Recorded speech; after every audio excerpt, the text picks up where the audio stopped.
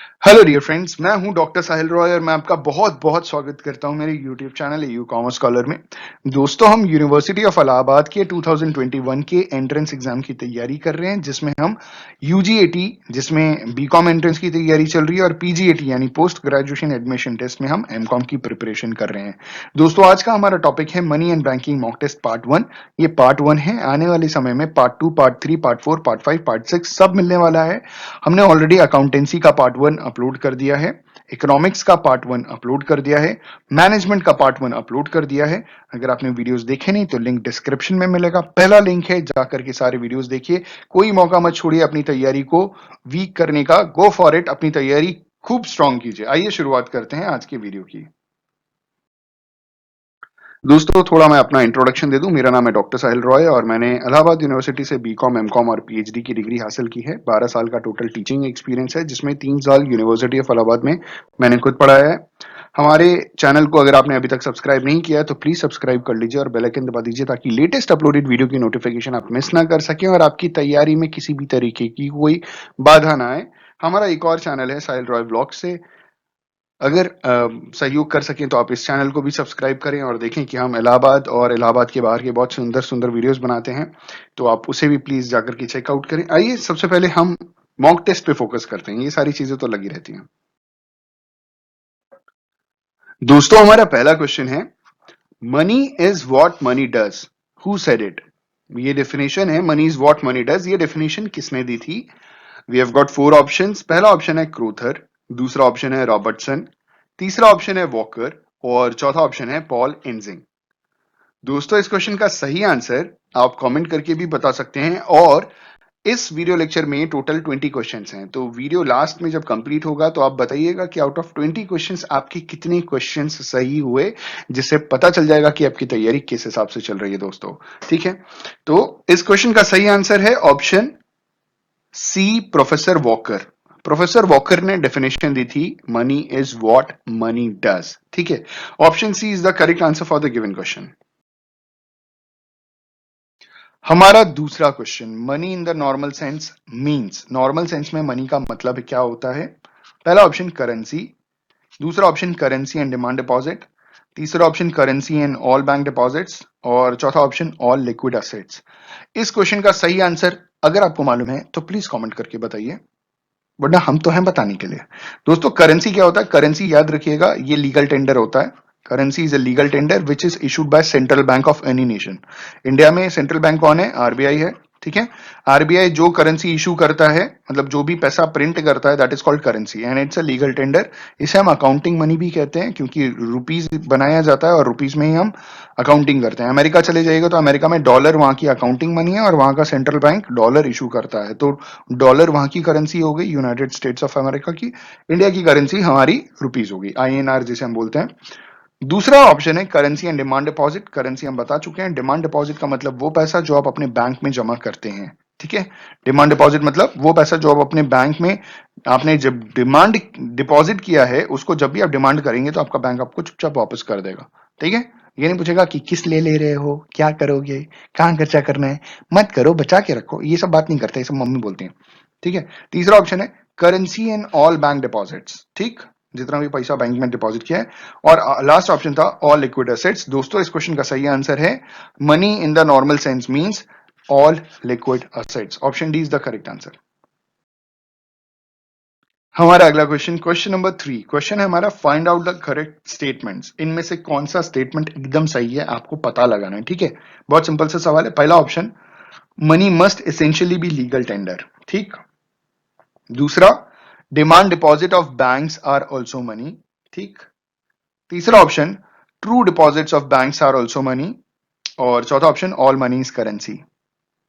क्या होगा सही जवाब, बताइए हमको। इस क्वेश्चन का सही जवाब अगर आपको मालूम है तो कमेंट करके बताइए, वरना हम तो बता ही रहे हैं। इसका जो सही स्टेटमेंट है, मतलब एक स्टेटमेंट सही है, बाकी सारे के सारे गलत हैं, तो जो स्टेटमेंट सही है वो है ऑप्शन बी। कैसे? पूछे कैसे, पूछे पूछे कैसे। देखिए, पहला गलत क्यों है मैं बताता हूं, कि money must essentially be legal tender. दोस्तों, मनी एक बहुत वाइड टर्म है, जिसका एक छोटा पार्ट है करेंसी, और करेंसी होता है लीगल टेंडर। ठीक है, मनी कुछ भी हो सकता है, मनी चेक हो सकता है, डिमांड डिपॉजिट हो सकता है, फिक्स डिपॉजिट हो सकता है। ठीक है, मनी कुछ भी हो सकता है, जिसे आप कैश में कन्वर्ट करवा सकते हैं। तो money is anything which is generally accepted as the medium of exchange. ठीक है, तो पहला इसलिए गलत हो गया कि money must essentially be legal tender, तो पहला गलत। दूसरा सही क्यों है? क्योंकि demand deposit of banks are also money. जो भी हम बैंक में डिमांड डिपॉजिट करते हैं, जो भी अपने बैंक अकाउंट में अपने खाते में पैसे जमा करते हैं, वो डिमांड डिपॉजिट हो गया, और बिल्कुल वो मनी है, क्योंकि मनी का वो एक पार्ट हुआ ना। मनी बहुत बड़ा है, उसका एक एक पार्ट है वो डिमांड डिपॉजिट। ठीक है, उसका एक पार्ट है करेंसी। करेंसी तो डिमांड डिपॉजिट होती है। तीसरा क्यों आर ऑल्सो मनी। अब ये true deposits of banks are also money का मतलब क्या होता है? ट्रू डिपॉजिट्स ऑफ बैंक्स का मतलब ये होता है जो भी हम बैंक में पैसा जमा कर रहे हैं, ठीक है, वो मनी है। जरूरी थोड़ी है वो सब की सब मनी है। ट्रू डिपॉजिट्स ऑफ बैंक्स, ये ट्रू डिपॉजिट क्या होता है? ये ट्रू डिपॉजिट क्या होता है? अगर आपको मालूम है तो कमेंट करके बताइएगा। ठीक है, true deposits of banks, banks की जो ट्रू डिपॉजिट्स हैं उसे मनी कंसीडर करते हैं। और लास्ट ऑप्शन है ऑल मनी इज करेंसी। जो भी मनी है वो सब करेंसी है। एक्चुअली अगर इसकी जगह ये बोला जाता ऑल करेंसी इज मनी तो सही होता, लेकिन ये गलत है। सारा मनी करेंसी नहीं है। देखिए, ये अगर रीजनिंग पढ़ी है तो ये पूरा का पूरा मनी है, और इसका ये एक छोटा सा पार्ट करेंसी है। तो ऑल करेंसी इज मनी सही होगा, लेकिन all money is not currency. Option D भी इस वजह से गलत है दोस्तों।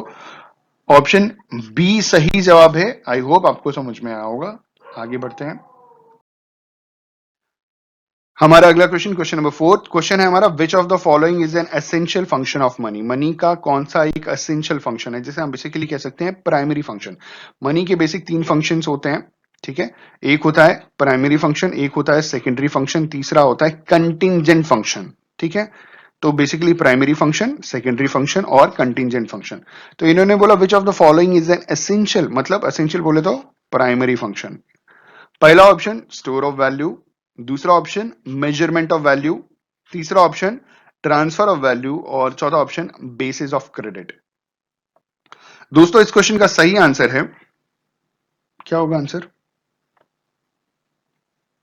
इस क्वेश्चन का सही आंसर है मेजरमेंट ऑफ वैल्यू। ठीक है, मेजरमेंट ऑफ वैल्यू का मतलब क्या होता है?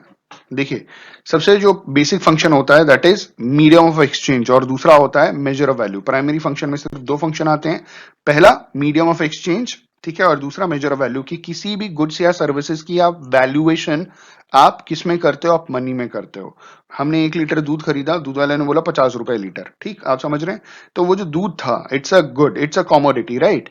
इसको आप किस में मेजर कर रहे हो? आप रुपए में मेजर कर रहे हो। हमने आपको पढ़ाया, हमने बोला हमारी फीस 500 रुपया, ठीक, तो हमने हमारी जो सर्विस दी आपको, उसको हमने किस में मेजर किया?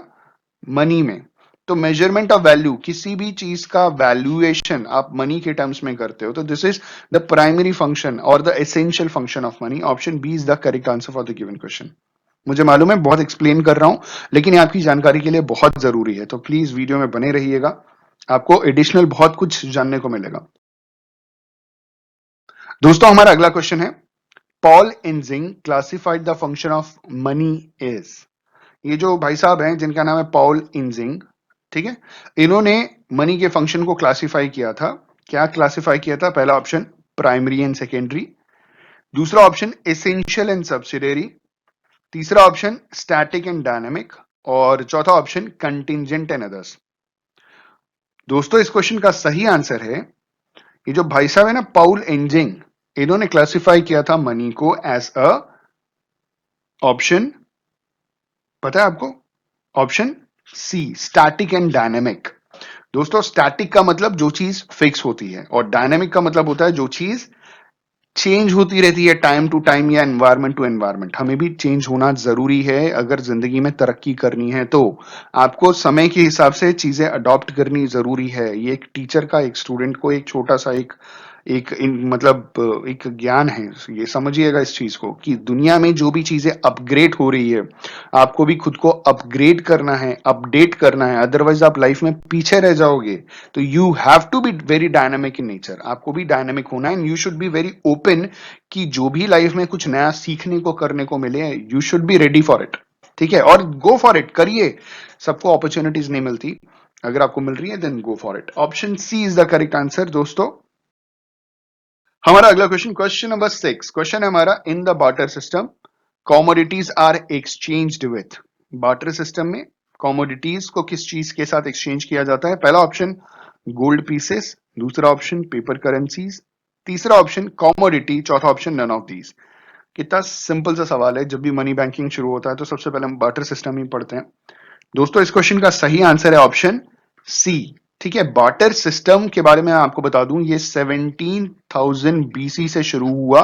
बार्टर सिस्टम एक ऐसा एक्सचेंज का सिस्टम था जब लोगों के पास लैंग्वेजेस नहीं थे, जब लोगों के पास भाषाएं नहीं थी, तो बार्टर सिस्टम एग्जिस्ट करता था। लोग इशारों इशारों में गुड्स के बदले में गुड्स या गुड्स के बदले में सर्विसेज एक्सचेंज किया करते थे। ठीक है दोस्तों, तो इस क्वेश्चन का सही आंसर है कि in the barter system commodities are exchanged with commodities. Option C is the correct answer for the given question. हमारा अगला क्वेश्चन नंबर 7 क्वेश्चन है हमारा, merits of barter system is not.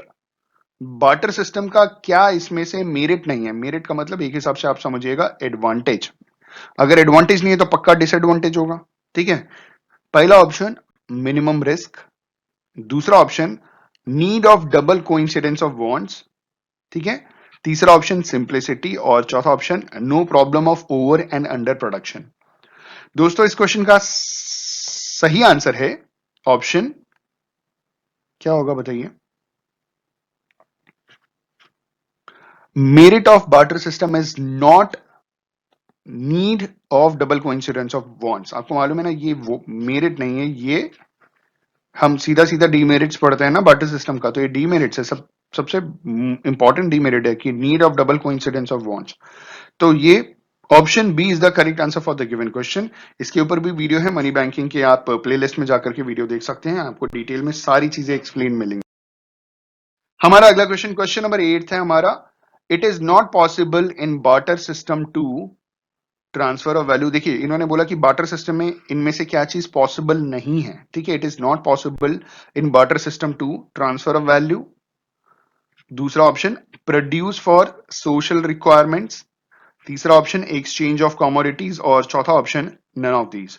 दोस्तों इस क्वेश्चन का सही आंसर है, it is not possible in barter system to transfer of value. Barter system में ना आप किसी भी एक पर्टिकुलर चीज को एक जगह से दूसरी जगह नहीं पहुंचा सकते थे। आजकल के टाइम पे क्या है, पैसा ट्रांसफर करना है 24/7, भीम ऐप यूज करो, पेटीएम ऐप यूज करो, रात के 12 बजे 2 बजे बैंक खुला है बंद है लॉकडाउन है, कोई फर्क नहीं पड़ता, आप कभी भी कहीं भी किसी को भी कितना भी पैसा ट्रांसफर कर सकते हो। ठीक है, इंटरनेट बैंकिंग है, मोबाइल बैंकिंग है। लेकिन जब ये करेंसी नहीं थी, बैंकिंग सिस्टम नहीं था, तब तो बार्टर सिस्टम था। और मान लीजिए हम रहते हैं हमारे इलाहाबाद में, हाँ प्रयागराज में, और हमको पटना एक गाय पहुंचानी थी, भैंस पहुंचाना था।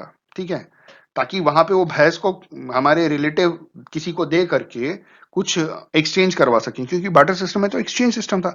चलिए फिर भी पटना बिहार नजदीक है, मान लीजिए हमारे रिश्तेदार मद्रास में रहते हो या केरला में रहते हो, जब तक गाय केरला पहुंचेगी बीमार पड़ जाएगी या बूढ़ी हो जाएगी। आप समझ रहे हो ये किस जमाने की बात है? हैं, यहां से ट्रेन से तो जाने में हमको 3 दिन लगता है केरला पहुंचने में, और गाय भैंस को हम बार्टर एक्सचेंज में अगर भेजते तो भाई गाय भैंस बूढ़ी उड़ी हो जाती, तो फिर उतना वैल्यूएशन भी नहीं मिलता। तो it is not possible in barter system to transfer of value. हाथी को भेजना होता तो कैसे जाता बताइए? हैं, हम सोच रहे हैं। ठीक है, साउथ इंडिया में हाथी बहुत ज्यादा है, केरला में आपको मालूम है ना, वहां पे हाथियों की पूजा भी होती है, बहुत वैल्यू करते हैं वहां पे लोग। तो option A is the correct answer. वैसे आज बहुत बकैती कर रहे हैं इस वीडियो में। Option A is the correct answer for the given question. अब सीरियस, अगला क्वेश्चन है question number 9, by the use of money the mobility of capital has increase. मतलब मनी के इस्तेमाल से जो कैपिटल की मोबिलिटी है वो बढ़ी है। The mobility of capital has diminished, जो मोबिलिटी है कैपिटल की वो कम हुई है। तीसरा ऑप्शन है the mobility of capital has finished. Mobility का मतलब आप समझ रहे हैं, मूवेबिलिटी। मूवेबिलिटी का मतलब जो चीज एक जगह से दूसरी जगह जाए। ठीक है, कैपिटल का मतलब पैसा, ठीक, रोकड़ा खोखा, ठीक, समझ रहे होंगे। तो तीसरा ऑप्शन था the mobility of capital has finished, and the last one is the mobility of capital remains stable. दोस्तों इस क्वेश्चन का सही आंसर है by the use of money the mobility of capital has increased. ठीक है, आपने एक चीज सुना होगा एफडीआई, ठीक है, फॉरेन डायरेक्ट इन्वेस्टमेंट। इसके साथ साथ एक और टर्म आता है एफआईआई, इसको कहते हैं फॉरेन इंस्टीट्यूशनल इन्वेस्टर। ये इन्वेस्टमेंट नहीं होता, ये इन्वेस्टर होता है। ठीक है, अब इन्वेस्टर कोई भी एक इंडिविजुअल हो सकता है, कोई भी फर्म हो सकती है, कोई भी कंपनी हो सकती है, कोई भी हो सकता है इन्वेस्टर। ठीक है, और एफआईआई के मदद से आपके देश के शेयर मार्केट में पैसे लगाए जाते हैं, आपके देश की कंपनीज को पैसे मिलते हैं। तो दिस इज एफआईआई। एफडीआई में आपके देश के अंदर क्या किया जाता है, लैंड बिल्डिंग असेट्स खरीदा जाता है, जिसको रातों रात बेच करके तो जा नहीं सकते। ठीक है, और ये लंबे लॉन्ग टर्म के लिए होता है। एफआईआई क्या हुआ, गवर्नमेंट की कोई रूल रेगुलेशन चेंज हुआ तो आपकी शेयर मार्केट में जो इन्वेस्ट किया था उसे डिसइन्वेस्ट कर देंगे, मतलब अपना पैसा निकाल करके कल्टी। ठीक है, तो इस क्वेश्चन का सही आंसर ऑप्शन ए। जैसे जब मनी आया तो हम जो कैपिटल की मोबिलिटी है वो बढ़ी। हम बैंक में पैसे जमा करते हैं, बैंक आपको लोन देता है, आप उसको कहीं और इस्तेमाल करते हैं, तो कैपिटल की जो मोबिलिटी है वो बढ़ी, इंक्रीज हुई। अगला question, question number 10th question है हमारा, who has given the legal definition of money. ठीक है, मनी का लीगल डेफिनेशन इनमें से किसने दिया था? पहला ऑप्शन रॉबर्टसन, दूसरा ऑप्शन विथर्स, तीसरा ऑप्शन हॉटरे और चौथा ऑप्शन कीन्स। दोस्तों इस क्वेश्चन का सही आंसर है ऑप्शन सी, हॉटरे। हॉटरे ने लीगल डेफिनेशन दी है मनी की। ठीक है, इस टाइप के क्वेश्चंस बहुत पूछे जाते हैं, किसने कौन सी डेफिनेशन दी। एक तो एन नंबर ऑफ पीपल है भाई साहब, इतने सारे लोग हैं, सबके सब पढ़े लिखे और सब हर चीज की डेफिनेशन दे रहे हैं। 20-25 ठो लोग मनी की डेफिनेशन दे रहे हैं, 20-25 लोग बैंक की डेफिनेशन दे रहे हैं, इसमें बच्चे लोग बेचारे परेशान हो जाते हैं भैया, एक ही लोग देते हैं। क्वेश्चन नंबर 11 है हमारा, which of the following is the primary function of money. इनमें से क्या मनी का प्राइमरी फंक्शन है? पहला ऑप्शन मीडियम ऑफ एक्सचेंज, दूसरा option standard of deferred payments, तीसरा ऑप्शन स्टोर ऑफ वैल्यू, चौथा option means of transferring value. दोस्तों इस क्वेश्चन का सही आंसर है, क्या होगा? Option A, medium of exchange. आपको मालूम है ना, प्राइमरी फंक्शन होता है, फिर सेकेंडरी फंक्शन होता है, फिर कंटिंजेंट फंक्शन होता है। प्राइमरी फंक्शन में जो मेन फंक्शन है, जो सबसे इंपॉर्टेंट फंक्शन है, जो सबसे पहला फंक्शन है, that is medium of exchange. Option A is the correct answer. हमारा अगला क्वेश्चन, क्वेश्चन नंबर 12 क्वेश्चन है हमारा, which of the following is not a secondary function of money. इनमें से क्या मनी का सेकेंडरी फंक्शन नहीं है? ठीक है दोस्तों, पहला option medium of value. Medium of value का मतलब इसे हम ये बोल सकते हैं मेजर ऑफ वैल्यू। ठीक है, घुमा फिरा करके बोल रहे हैं, बेवकूफ बना रहे हैं। ठीक है, समझिएगा, आप ज्यादा इंटेलिजेंट हैं। दूसरा option standard of deferred payments. दोस्तों डिफर्ड का मतलब होता है फ्यूचरिस्टिक पेमेंट, जिसे हम भविष्य में पे करेंगे। ठीक है, तीसरा ऑप्शन है स्टोर ऑफ वैल्यू और चौथा ऑप्शन है ट्रांसफर ऑफ वैल्यू। सवाल ये पूछा गया है कि which of the following is not a secondary function. हमेशा याद रखिएगा, जो नॉट वर्ड आता है ना, इस वजह से बच्चे ध्यान नहीं देते और गलती बहुत होती है। भैया हमसे बहुत गलती होती थी, इसीलिए हम इस चीज को बहुत एम्फेसाइज करते हैं। सवाल ये पूछा गया, which of the following is not a secondary function of money. इस प्रश्न का सही उत्तर है option A, medium of value, जिसे हम मेजर ऑफ वैल्यू कहते हैं, और वो प्राइमरी फंक्शन है, सेकेंडरी फंक्शन नहीं है। Option A is the correct answer for the given question.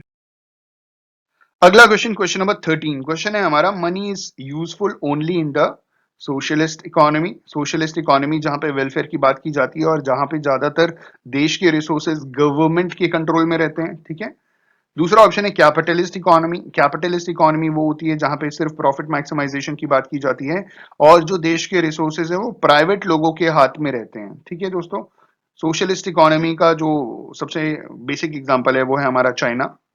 ठीक है, कैपिटलिस्टिक इकोनॉमी का यूनाइटेड स्टेट्स ऑफ अमेरिका, या इंग्लैंड भी हम बोल सकते हैं, जो ब्रिटेन है हमारा। ठीक है, या यूनाइटेड किंगडम। तीसरा ऑप्शन है मिक्स्ड इकोनॉमी। हमारा देश मिक्स्ड इकोनॉमी है, आपको मालूम है 1947 तक, आजादी तक हमारा देश जो था वो कैपिटलिस्ट इकोनॉमी था। हमारे देश को अंग्रेज लोग रूल कर रहे थे अपने फायदे के लिए। ठीक है, पता नहीं क्या क्या वो टबैको वबैको सब उगाते थे, एक्सपोर्ट करते थे, बढ़िया। हमारी सरकार ने सब बैन कर दिया, देश का भविष्य उड़ता पंजाब खराब हो रहा है यार। ठीक है, और 1948 जैसी देश आजाद हुआ, मिक्स्ड इकोनॉमी आया। आप लोगों की जानकारी के लिए बता दें, मिक्स्ड इकोनॉमी सोशलिस्ट और कैपिटलिस्ट को मिला करके बनाया गया था मिक्स्ड इकोनॉमी। और मिक्स्ड इकोनॉमी में कैपिटलिस्ट और सोशलिस्ट के अच्छे अच्छे फीचर्स लिए गए थे ताकि तरक्की जो है, डेवलपमेंट हो, बहुत तेजी से हो। क्योंकि 1947 तक हमारा जो देश था वो एक स्टैग्नेंट और बैकवर्ड इकोनॉमी था, बहुत पिछड़ चुके थे हम लोग। ठीक है, अभी भी बहुत सारे लोग बहुत पिछड़े हुए हैं। Option D is all of these. कहने का मतलब ये है कि अभी भी हमारे देश में लोगों की सोच बहुत पीछे चल रही है। ठीक है, लोग गांव में भी रहते हैं, लोग जल्दी नई चीजों को अडॉप्ट करना पसंद नहीं करते। ठीक है, इस हिसाब से मैंने बोला। इस क्वेश्चन का सही आंसर है ऑप्शन डी। सिंपल भैया, हर जगह पे पैसे का बहुत इंपॉर्टेंस है, हर जगह पैसा यूजफुल है, चाहे सोशलिस्ट इकोनॉमी हो, कैपिटलिस्ट हो या मिक्स्ड हो। ठीक है, अब हमको भी जरूरत है, आपको भी जरूरत है। अगला क्वेश्चन नंबर 14, क्वेश्चन हमारा the contingent function of money is. Contingent समझते हैं ना? कंटिंजेंट फंक्शन, मैंने बोला ना मनी के 3 फंक्शन होते हैं, प्राइमरी होता है, सेकेंडरी होता है और कंटिंजेंट फंक्शन होता है। तो इन्होंने बोला इनमें से कौन सा मनी का कंटिंजेंट फंक्शन है। पहला ऑप्शन है डिस्ट्रीब्यूशन ऑफ नेशनल इनकम, दूसरा ऑप्शन है आपका इक्वलाइजेशन ऑफ मार्जिनल वैल्यूज, तीसरा ऑप्शन है मेकिंग कैपिटल लिक्विड और चौथा ऑप्शन है स्टोर ऑफ वैल्यू। दोस्तों इस क्वेश्चन का सही आंसर है option D. Store of value secondary function होता है, कंटिंजेंट फंक्शन नहीं होता। और बाकी distribution of national income contingent function, equalization of marginal values contingent function, making capital liquid contingent function. ठीक है, लेकिन स्टोर ऑफ वैल्यू आपका सेकेंडरी फंक्शन है। Option D is the correct answer for the given question. हमारा अगला question, question number 15, question है हमारा it is not essential for modern money. Money भी मॉडर्न होती है, चलिए ठीक है। अच्छा, मनी मॉडर्न जो हमारा ये जो डेबिट कार्ड, क्रेडिट कार्ड, ठीक है, पेटीएम, ये सब मॉडर्न मनी ही तो है। ठीक है, it is not essential for modern money to have intrinsic value, ठीक है, इलास्टिसिटी, ठीक है, तीसरा ऑप्शन स्टेबिलिटी ऑफ वैल्यू और चौथा ऑप्शन है जनरल एक्सेप्टेबिलिटी। दोस्तों इस क्वेश्चन का सही आंसर है it is not essential for modern money to have intrinsic value. जरूरी नहीं है मॉडर्न मनी का इंट्रिंसिक वैल्यू। इंट्रिंसिक वैल्यू समझते हैं ना? इंट्रिंसिक वैल्यू का मतलब होता है जिस मटेरियल से बना है उसकी वैल्यू। तो आजकल मॉडर्न मनी, अगर मैं अपनी करेंसी की ही बात करूं तो आप लोगों की जानकारी के लिए बता दूं, ये जो 2000 रुपये का नोट जो प्रिंट होता है ना, उसको प्रिंट करने में सरकार का 4 रुपया लगता है। 4 रुपीज में आपका 2000 रुपए का नोट प्रिंट हो जाता है। तो और उस पेपर करेंसी की कोई वैल्यू है? मतलब वो जो पेपर नोट जो है उस पेपर की कोई वैल्यू है? जब तक आरबीआई का साइन नहीं होगा ऊपर गांधी जी नहीं छपेंगे। ठीक है, मोदी जी ने आकर के सीधे सीधे बोल दिया कि देवी और सज्जनों, ऐसे ही बोला था ना रात के 8 बजे की, जो 500 रुपए के नोट है और 1000 रुपए के नोट है सब खत्म, खलास, फिनिश, आज के बाद नहीं चलेंगे। तो भैया उसकी कोई इंट्रिंसिक वैल्यू थी ही नहीं, खत्म हो गई कहानी। ठीक है, आप समझ रहे हैं। लेकिन अगर सोने के सिक्के होते तो सोने के सिक्के की इंट्रिंसिक वैल्यू होती है, तो आप उसे किसी ना किसी और पर्पस में तो यूज कर लेते। वो डिमांड ज्यादा, सप्लाई कम, उसकी वैल्यू बढ़ती चली जाती है। आज देख रहे हैं 50,000 रुपए तोला हो गया। हम बहुत बकैती कर रहे हैं, रात के 2 बजे वीडियो बना रहे हैं। और ठीक है, तो इस क्वेश्चन का सही आंसर है, माफ कीजिएगा ज्यादा बोल रहे हैं हम, it is not essential for modern money to have an intrinsic value. Option is the correct answer for the given question. हमारा अगला क्वेश्चन, क्वेश्चन नंबर 16, क्वेश्चन है हमारा the primary function of money is medium of exchange, standard measure of value, both A and B, and last one is none of these. जो primary function of money है वो क्या है? Medium of exchange, standard measure of value, both A and B और none of these. इस question का सही answer है ऑप्शन, हम नहीं बताएंगे, आप बताइए। Option C, A and B. मतलब प्राइमरी फंक्शन याद रखिएगा, सिर्फ 2 प्राइमरी फंक्शन है। सबसे इंपॉर्टेंट पहला मीडियम ऑफ एक्सचेंज, दूसरा मेजर ऑफ वैल्यू या स्टैंडर्ड मेजर ऑफ वैल्यू। तो इस क्वेश्चन का सही आंसर है option C, both A and B. अगला क्वेश्चन, क्वेश्चन नंबर 17, क्वेश्चन है हमारा money is the pivot around which economic science clusters. Who said it? भाई काहे बोलते थे तुम लोग ये सारी बातें हैं? देखिए फिर आ गया। एडम स्मिथ बोले रहे ये बात कि पीगू बोले रहे, मार्शल बोले रहे कि किन्स बोले रहे? बताइए।